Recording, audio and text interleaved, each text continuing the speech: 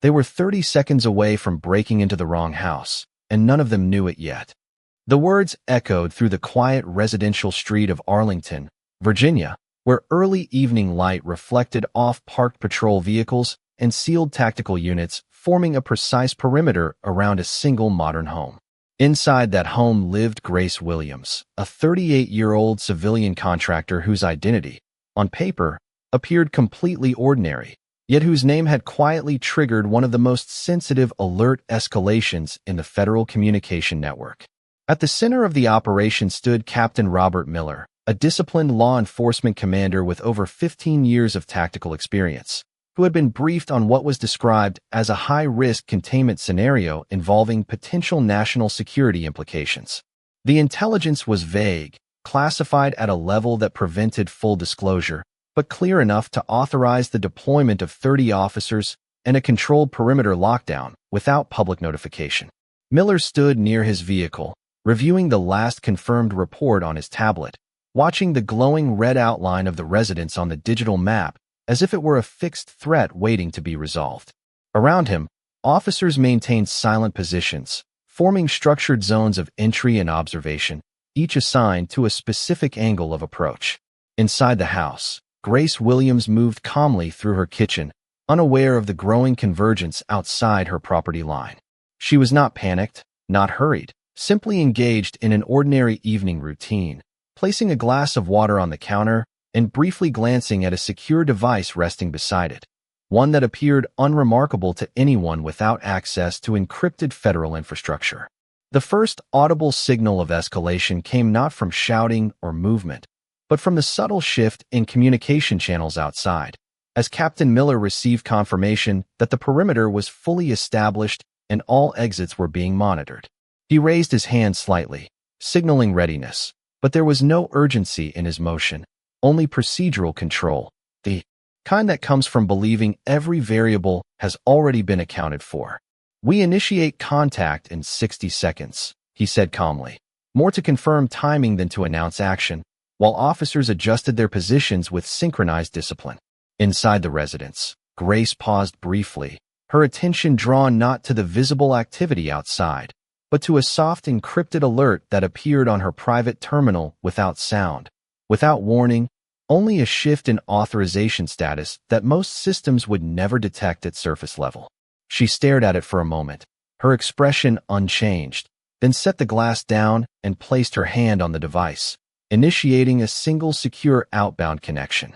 At that exact moment, the perimeter outside remained steady, unchanged in appearance, but structurally aligned toward a confrontation that had already been interpreted as justified within the local command framework. Captain Miller looked toward the house, unaware that the next sequence of events would not follow the operational assumptions he had built his entire plan upon, because somewhere beyond the visible chain of command, a different layer of authority had just begun to register the name Grace Williams. The air outside the residence remained still, but inside the command structure surrounding it, tension began to shift in ways no one on the ground could yet fully interpret. Captain Robert Miller stood with his eyes fixed on the secured perimeter, watching the synchronized positions of his team as they held their assigned sectors with disciplined patience. Everything appeared stable, controlled, and fully aligned with the operational plan he had been given.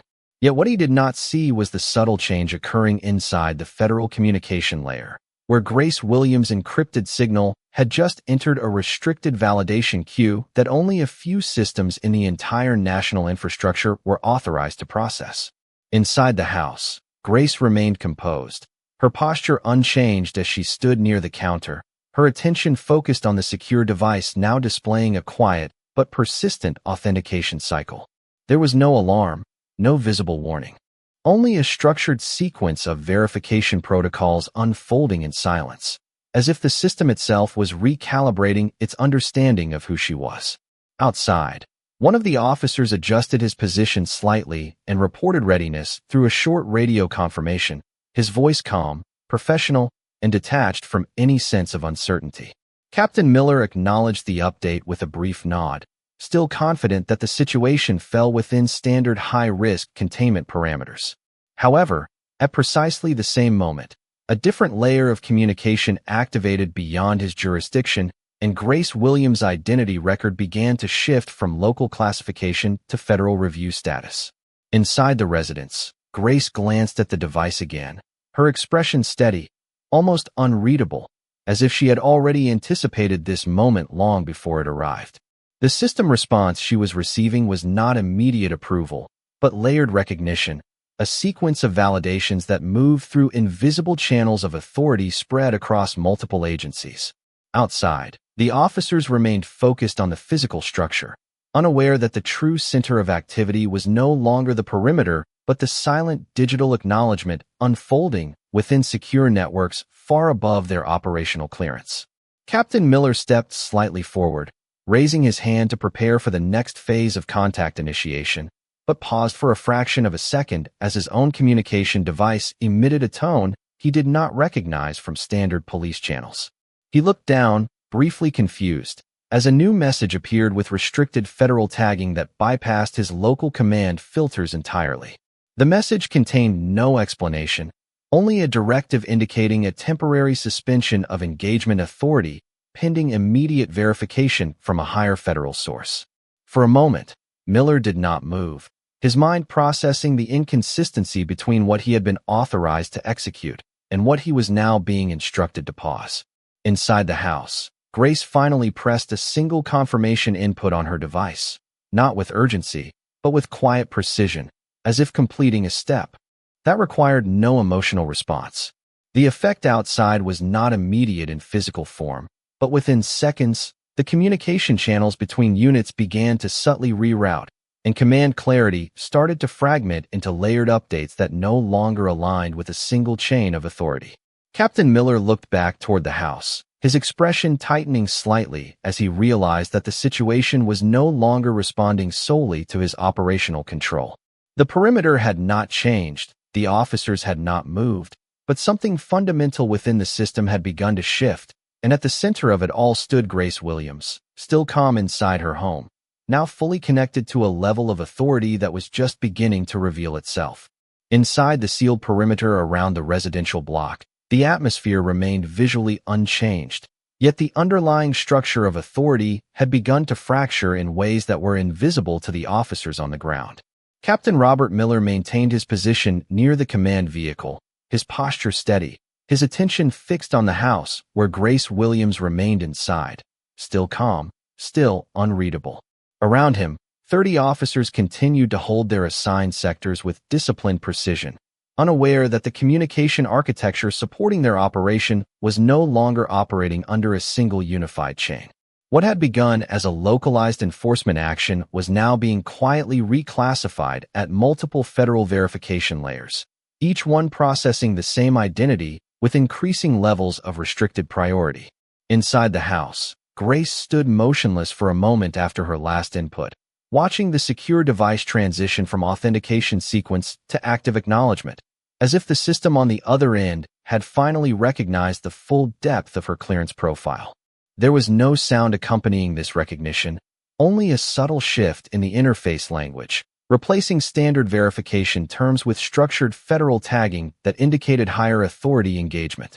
Outside, Captain Miller received another notification, this time more urgent in tone, instructing all field units to maintain position and refrain from initiating direct contact until further federal confirmation was complete.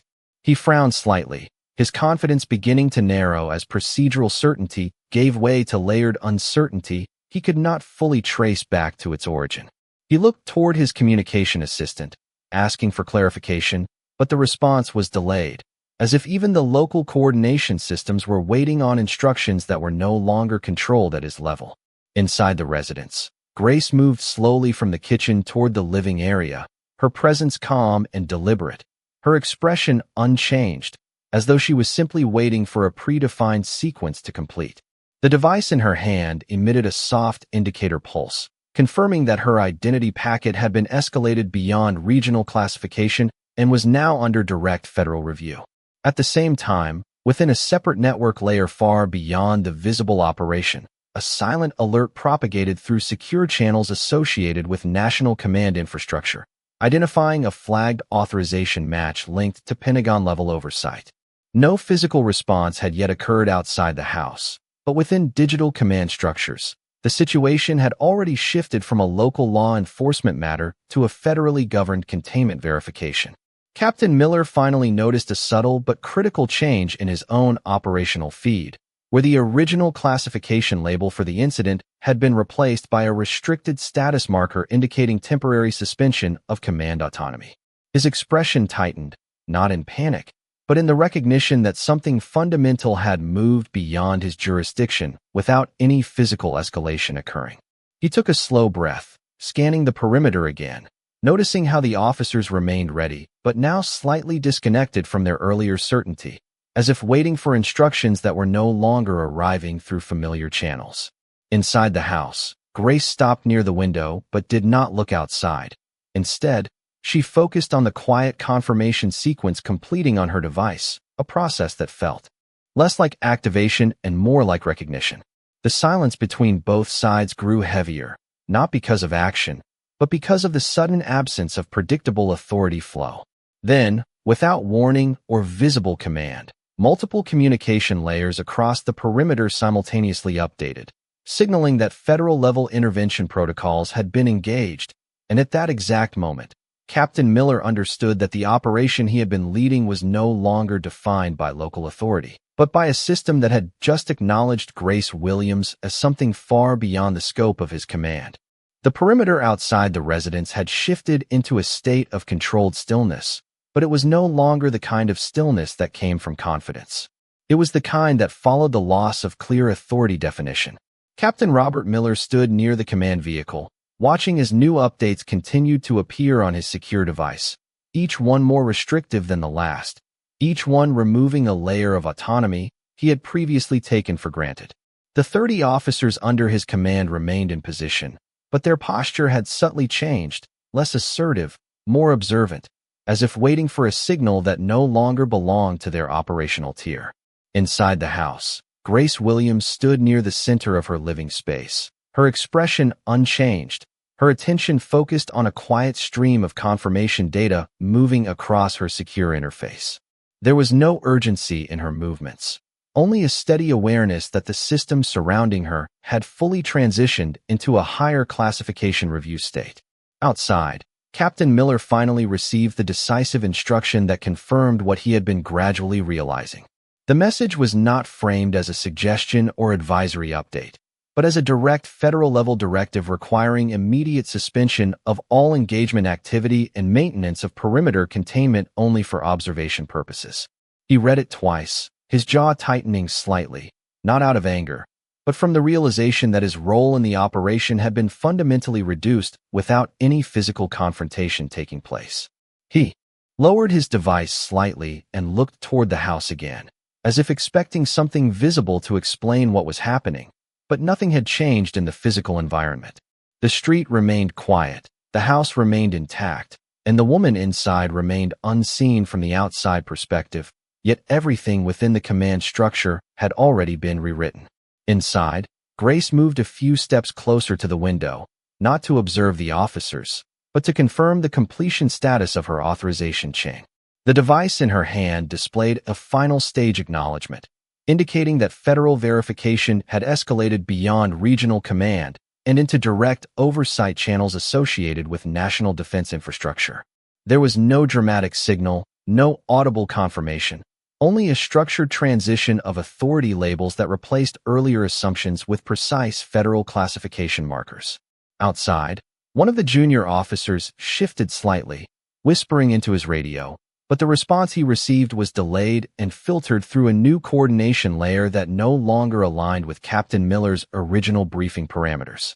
Miller noticed the delay and understood, even without verbal confirmation, that communication flow had been partially rerouted above his control level. He took a slow step back from the command vehicle, reviewing the timeline of events in his mind, trying to identify the exact moment when the operation had stopped being local law enforcement action and became something else entirely. Inside the house, Grace remained still, her presence calm, as the system around her completed its final internal validation cycles. The silence between both sides of the perimeter was no longer tension-filled in the traditional sense, but structurally different, as if the entire situation had been absorbed into a higher administrative framework that no longer required visible escalation. Captain Miller finally lowered his hand, signaling a stand-down posture to his team, not because the situation had been resolved, but because the authority to continue active engagement had been formally removed. As the officers adjusted their positions into passive containment mode, the realization settled quietly across the entire perimeter that the subject they had been sent to confront was not a suspect within a local investigation, but an individual whose identity had just rewritten the boundaries of the operation itself. The silence across the residential perimeter had become heavier, not because of movement, but because of what was no longer happening within the chain of command. Captain Robert Miller stood near the command vehicle with his hands lowered, his posture still disciplined but noticeably restrained, as if every instinct built from years of field operations had been forced to pause under an authority structure he no longer fully controlled. The 30 officers remained in position, but their roles had shifted from active engagement units to passive observers of a situation defined entirely by external instruction rather than local decision-making. Inside the house, Grace Williams remained composed, standing near the window without directly engaging the scene outside, her attention focused on the final layers of confirmation still unfolding on her secure interface. The device in her hand no longer displayed uncertainty or transitional verification. Instead, it showed stabilized federal acknowledgment markers that indicated full recognition under restricted authority classification. Outside, Captain Miller received another update, this time not operational but procedural in tone, confirming that all active engagement permissions were formally suspended and that his unit was to maintain perimeter presence strictly for documentation and observation purposes only. He read the message slowly, not because it was unclear, but because of what it implied about the entire structure of the operation he had initiated. Around him, the environment remained physically unchanged, yet the psychological weight of the shift was undeniable. Officers who had once prepared for a controlled tactical resolution now stood in silence, their focus no longer directed at potential action, but at awaiting further instructions from a hierarchy that had moved beyond their immediate reach. Inside the residence, Grace lowered her device slightly, as if the final confirmation cycle had completed its last step.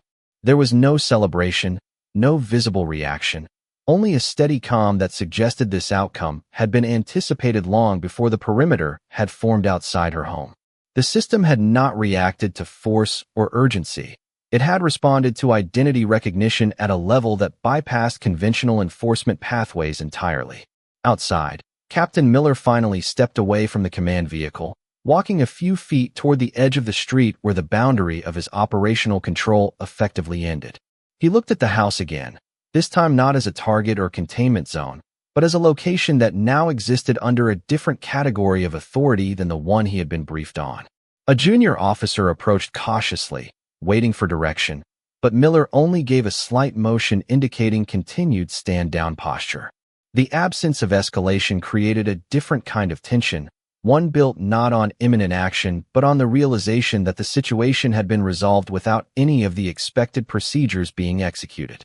Inside the house, Grace turned slightly away from the window, her presence steady, as the final system logs confirmed full transition of her status into protected federal oversight. Outside, the officers maintained their positions, but the purpose of their presence had fundamentally changed from intervention to acknowledgment. Captain Miller exhaled slowly, recognizing that the operation had not failed, nor had it concluded through force or negotiation, but rather through a structural override that had redefined the entire meaning of authority within the moment itself. The perimeter remained intact, but its function had shifted completely, and at the center of that shift stood Grace Williams, quietly present within her home, now fully recognized by a system that no longer treated her as a subject of investigation, but as a confirmed authority beyond the scope of local command. The residential street had fully transitioned into a post-operation silence, the kind that does not come from resolution, but from the suspension of expected outcomes. Captain Robert Miller remained near the edge of the command zone, his posture still upright, but noticeably less anchored in operational certainty. The 30 officers who had once formed a structured tactical perimeter now stood in a looser configuration, no longer awaiting engagement commands, but instead maintaining presence under strict observation, only directives that had come directly from federal override channels. Inside the house, Grace Williams stood quietly in the center of her living space. The device in her hand now stabilized with final authorization confirmation displayed in a subdued interface tone that indicated full system recognition. There was no further input required from her, no additional verification steps. Only a completed transition into a protected classification status that had rewritten the operational meaning of everything happening outside her home. Captain Miller received one final update on his secure device, a formal closure instruction stating that the situation was no longer under local jurisdiction review and that all field units were to remain disengaged unless explicitly reactivated by federal command authority. He read the message slowly, absorbing not just the instruction itself, but the implication that his entire operational framework had been temporarily absorbed into a higher administrative layer without any visible escalation event. Around him, officers remained still, some lowering their gaze toward their equipment, others simply watching the house in silence, as if expecting the environment itself to provide clarity that the system no longer offered. Inside the residence, Grace shifted slightly away from the window, her expression unchanged, her movements calm and deliberate, as the final traces of active system processing concluded across her secure interface. The transition was complete. Her identity was no longer being evaluated, verified, or escalated, but fully recognized and locked into a permanent federal acknowledgment state. Outside, Captain Miller finally gave a subtle hand signal indicating complete stand-down posture, not as an act of defeat or resolution, but as acknowledgment of a structural reality that had already been decided beyond his influence. A junior officer approached cautiously, awaiting confirmation of next steps, but Miller only responded with a quiet motion instructing continued perimeter presence without expectation of further action. The tension that remained was no longer procedural, but interpretive, as every officer present understood that they had been part of an operation that changed classification without changing location. Inside the house, Grace walked slowly toward the interior hallway, no longer engaging with the outside presence, as if the perimeter had already ceased to hold relevance in her current status. The system logs on her device showed a final sealed confirmation, indicating full transition into federal oversight protection protocols, with no active engagement permissions remaining open for external units. Outside, the street remained unchanged, the houses identical in their quiet residential order, but the meaning of the moment had permanently shifted within the minds of those who stood there. Captain Miller looked once more at the house, not with confusion now, but with recognition that what he had been briefed to control had never truly been within the scope of his command structure to begin with. The operation did not conclude with action or resolution. It concluded with reclassification, leaving behind only a silent perimeter and a fully acknowledged authority presence that no longer required visibility to assert control. The silence that followed the federal reclassification had settled across the residential street like an invisible boundary that no longer required enforcement to remain intact. Captain Robert Miller stood near the command vehicle, no longer issuing instructions, no longer coordinating movement, only observing the space where his operational authority had once been absolute, but now existed only in a suspended state. The 30 officers who had formed the perimeter earlier were still present, but their presence had shifted into a procedural standby posture, as if the entire unit had been converted from active response to passive documentation. Inside the house, Grace Williams moved slowly through the interior hallway, her steps unhurried, her expression unchanged, as the final confirmation status on her secure device remained stable and locked under federal protection classification. There was no further communication required from her end, no escalation, no reversal, only completion. Outside, Captain Miller received one final system notification, a formal closure notice indicating that all local jurisdiction involvement in the matter had been permanently archived pending higher authority review, with no authorization for re-engagement unless explicitly reinstated by federal command structures. He read it without reacting outwardly, but the weight of the message settled into his understanding in a way that could not be dismissed as procedural routine. Around him, officers maintained their positions, some lowering their devices, others standing motionless, all of them aware that the situation they had been prepared to resolve had concluded without any of the expected operational phases being executed.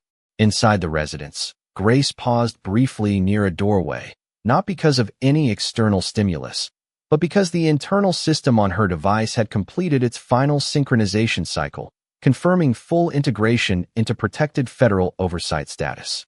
The interface dimmed slightly, indicating that no further active processing was required, and that her classification had been permanently updated within secure government infrastructure.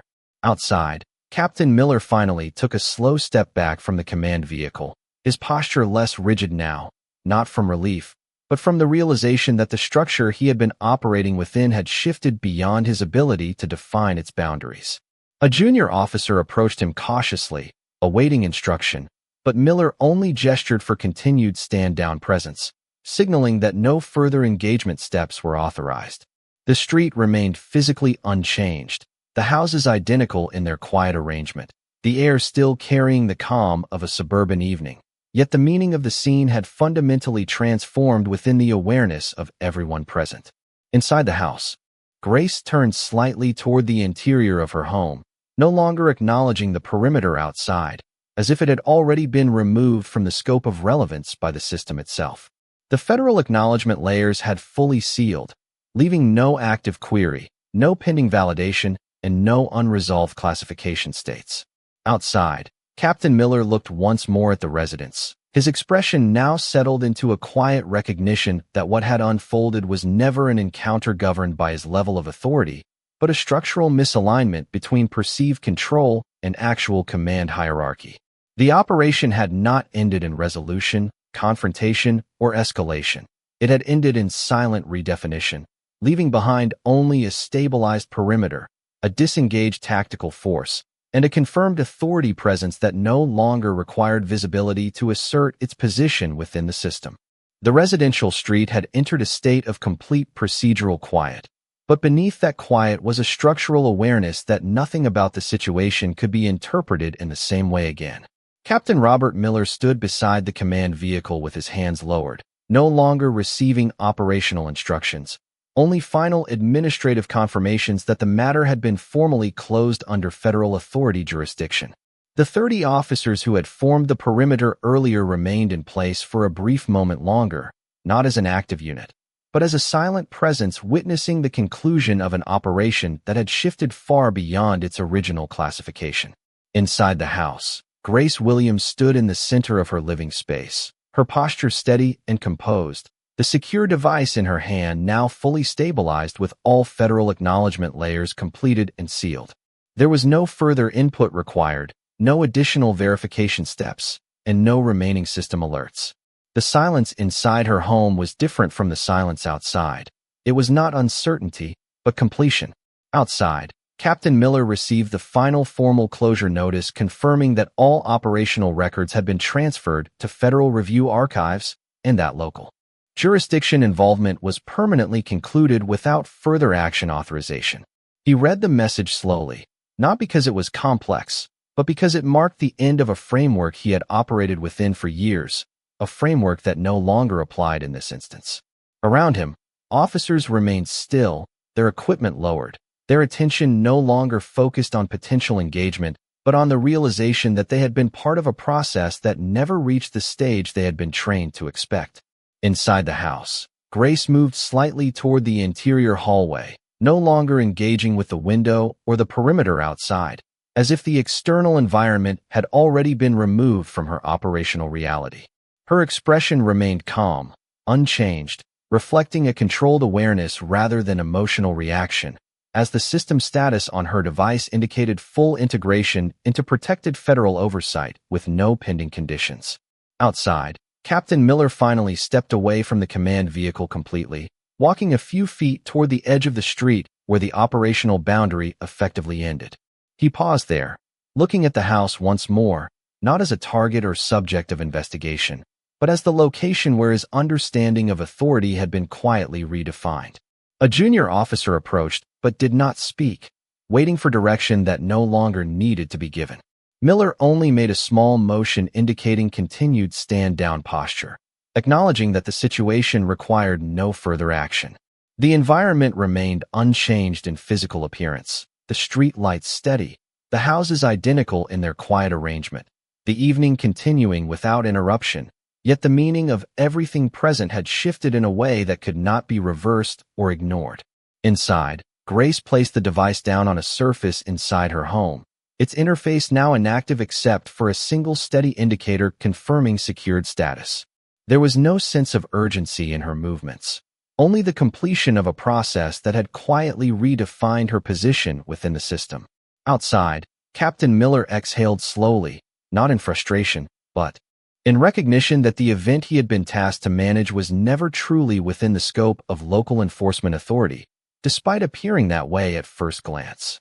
The operation had concluded without confrontation, without escalation, and without resolution through force or negotiation. Instead, it had ended through administrative and structural realignment at a level above visible command, leaving behind only confirmation, silence, and the understanding that Grace Williams had never been an ordinary subject of investigation, but an individual whose authority existed beyond the perimeter that had been formed around her home. The street outside the residential home had settled into a final state of procedural stillness, the kind that marked not the end of an incident, but the end of an interpretation. Captain Robert Miller stood near the edge of the command vehicle, no longer in a position of operational control, but in a posture of quiet acknowledgment, as the last federal closure confirmation had already been processed across all active systems. The 30 officers who had formed the perimeter earlier now remained only as a formal presence, their roles reduced to observation until the final administrative disengagement was complete. There were no further instructions coming through local channels, no tactical updates, no operational adjustments, only the absence of command flow that signaled a complete transfer of authority beyond their jurisdiction. Inside the house, Grace Williams stood in the same calm environment she had maintained throughout the entire sequence of events, her expression unchanged, her posture steady, as the secure device on the counter displayed its final state. Fully verified, fully recognized, and permanently classified under federal protection status. There was no further interaction required from her, no escalation, no reversal, only completion. Outside, Captain Miller received the final system log confirmation indicating that the entire incident record had been sealed under federal archival authority, with access restricted to higher command review levels. He read it slowly, his expression neutral, not because he felt nothing, but because there was nothing operational left to process. The framework he had operated within had reached its limit not through failure, but through structural override from a level above his command structure. Around him, officers remained still, some lowering their devices completely, others maintaining silent posture as they absorbed the fact that the operation they had prepared for had concluded without ever entering the phase they had been trained to execute. Inside the house, Grace turned slightly away from the interior hallway and moved toward a quiet section of the room, no longer engaging with the external perimeter in any form, as if it had already been removed from relevance. The system status on her device remained steady, indicating no pending actions, no alerts, and no further verification requirements. It was not a moment of change for her, but a confirmation of what had already been true beneath the surface of the entire event. Outside, Captain Miller finally closed his device and lowered his hand completely, signaling the end of any remaining procedural stance. A junior officer approached but stopped short of speaking, understanding without instruction that no further action existed within their authority to take.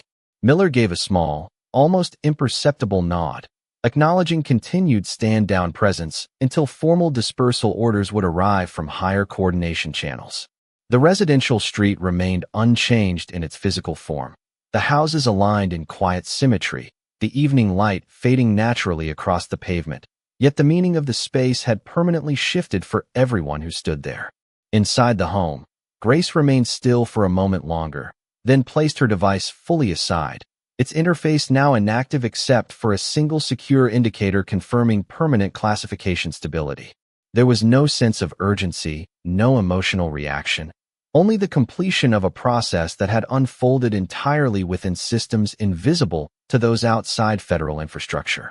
Outside, Captain Miller looked once more toward the house, not as an operational target, not as a subject of enforcement, but as the point at which his understanding of authority had been fundamentally redefined. The operation had not concluded through confrontation, negotiation, or physical resolution, but through hierarchical reclassification at a level beyond local control. As the perimeter slowly began its quiet dissolution, what remained was not victory or defeat, but recognition that Grace Williams had never been within the scope of their authority in the way they had initially believed, and that the true center of the entire event had never been the street, the officers, or the perimeter itself, but the silent federal acknowledgment of her identity that had rewritten the entire structure from within.